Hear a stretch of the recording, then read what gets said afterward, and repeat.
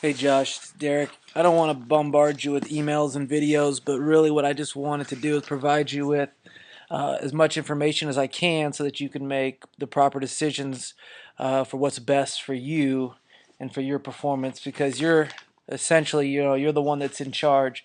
Everybody else works for you, and you know what makes you the best.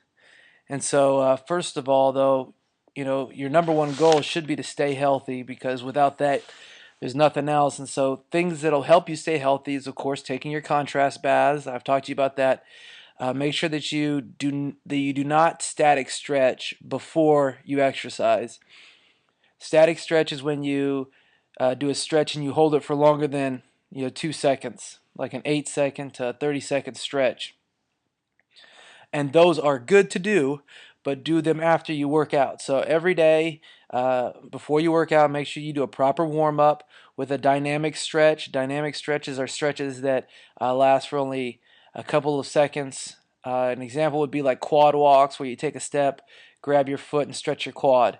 Take another step, stretch your other quad. Take a step, stretch your other quad. Something like that. That's dynamic stretch. Make sure that you're doing that before every workout, and then after every workout, do a static stretch where you stretch and hold it. That'll get the lactic acid out of there. It'll also make your muscles more flexible.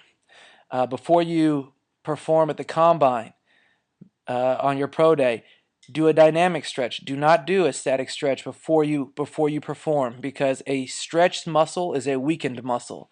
And so you don't want to do a static stretch before you compete, because that will make your muscles weaker. Make sure you're drinking lots of water and get 9 hours of sleep. I'm sure you're probably doing all those things. And then here's just some quick information about muscular development. I sent you this email, but I just wanted to walk you through it super quickly. Here are all the different types of training, and they go in this order. And so, with the exception of endurance, uh, anatomical adaptation, that's just body weight exercises that are to strengthen your tendons and ligaments. Well, you are already have strong tendons and ligaments. You've already been doing this, so that's not something you need to worry about. And then you have your hypertrophy phase, and this is a phase that is set up to make your muscles bigger. They do not get stronger when you do this, but they get bigger. This is also training your slow twitch muscle fibers. And so at this point in your, when you are about to compete, I'm not sure you want to be doing a whole lot of hypertrophy, a whole lot of training your slow twitch muscle fibers. Uh, this is something good to do a couple weeks before, well, I guess about 13 weeks before the season starts. This is where you're going to gain mass. And as you know, as a lineman, mass is useful. It sets up a base that will make your muscles stronger in the end. But for the time being, when you do this, it makes them not weaker, but makes them slower. And then here is your max strength phase. This is going to make your muscles stronger. It means lifting more than 85% and doing less reps and less sets. And you shouldn't be as sore when you do your max strength phase. This is designed to gain strength. And then this is the phase that I think that you should want to be in right now. This is when, how it works is, you've built up all this strength with your muscles, but you can, like when you do squat, it takes you 2 to 3 seconds to produce that strength in a squat. Well, how do you take that strength of being able to squat 600 pounds and turn that into ability to jump? Well, the difference is you've got to take, instead of producing 600 pounds of force in 3 to 4 seconds, you've got to produce that force in a fraction of a second. And that is what gets you lift off, to take off the ground. And so this is what I think right now, with 20 days out, what you probably want to focus on is taking the strength that you already have, which you have a ton of, and turning it into power. Now, when I'm talking about this, I'm talking about your lower body. Turn your lower body into power. Now, your upper body, you're still working strength, because you got to, and endurance, strength and endurance to do your 225. That's a whole nother deal. I'm talking about just your lifts with your legs, your runs and your jumps. And here's what I do with my jumpers. We take a weight vest. We start out with that weight vest loaded down to 20 pounds, and we go to that Vertec machine, you know, with the pegs that you got to knock out of the way, the thing that you use at the combine, and we do that every other day. So we start out with 20 pounds and we get lighter as we go, and right before the state track meet we are doing no weight. And so what we've done is we've taken all their saved up strength, all their max strength, and we've then converted it into power. And all that strength is now into power, and they are able to jump out of this world. And I've seen verticals go up exponentially just by tapping into it with a good power phase.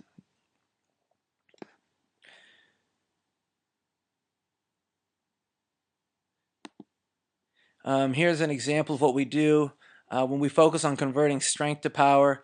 We'll put the weight vest on, 20 pounds, and we'll stand on the machine. We'll do 5 jumps, and then we'll take a slight break. We'll take the weight off, and then we'll do 5 more jumps with no weight.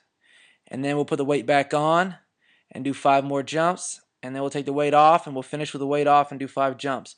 Really, it's only 20 jumps. Now the goal between the break in between is so that your muscles can recover fully. Now on every jump we are trying to get as high as we can, and we are measuring as high as we can, because in order to jump, it's like in order to get stronger in bench, you've got to lift the most weight that you can.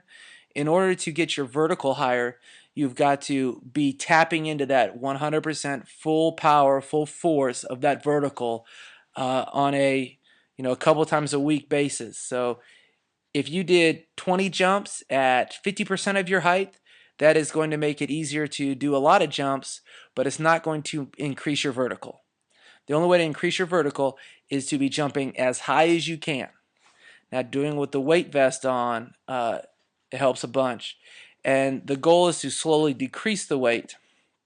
So here I've done an example schedule for you. Now you do whatever you want. This is just an example schedule, like Sunday, which is today. Let's say you did 20 pounds. You did that 20 reps. 10 of those reps would be with 20-pound weight vest on. And then on Tuesday you dropped it to 16 pounds and hit that. And then on Thursday 16 pounds again. And on Saturday you do it with 12 pounds. So every other day you're hitting that weight vest, you're jumping as high as you can, and you are slowly decreasing the weight.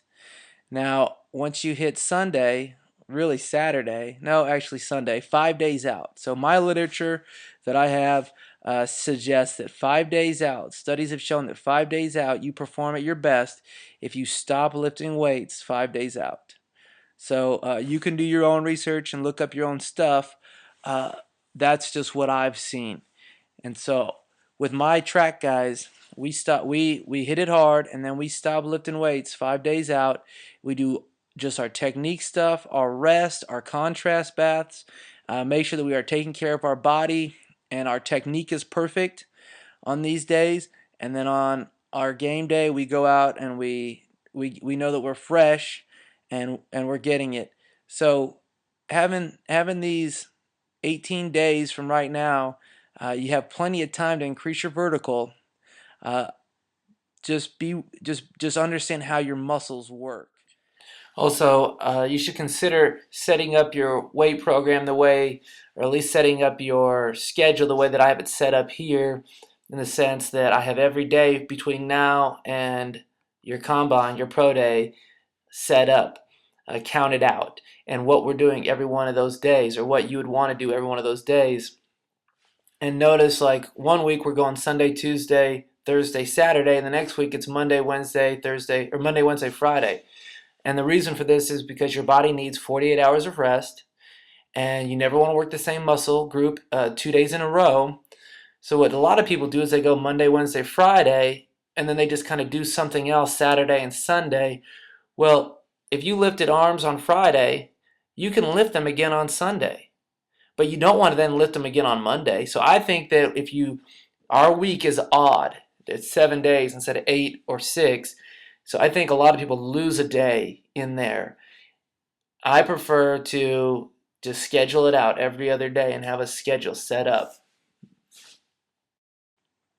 Here is the power force triangle. This is how your body works. Nobody can have if you are improving your power, uh, you know, you're not necessarily, so like nobody has. Okay, let me explain this. Endurance is one totally different muscle system than power. Power is a different muscle system than strength. And so you have to train them differently. If you're training for power, that is different than training for strength.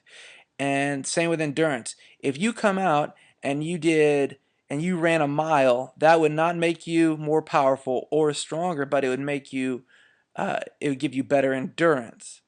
Well, as a football player, you probably want to be about right here, you know, lots of strength. Well, actually, as a lineman, you probably want to move about right here. Lots of strength, lots of power, depending on your game, your style of play. So, and then you don't need a whole lot of endurance because you run a play, it's 6 seconds, and then you have a 40-second break. Unless you're playing Oregon, and then you have like a 20-second break. But nonetheless, even when you are playing Oregon, you know, uh, you still have time enough to recover your strength and your power. Speed of lifting. When you train your fast twitch muscle fibers, you are contracting them as fast as you can, and sometimes so really it's a progression.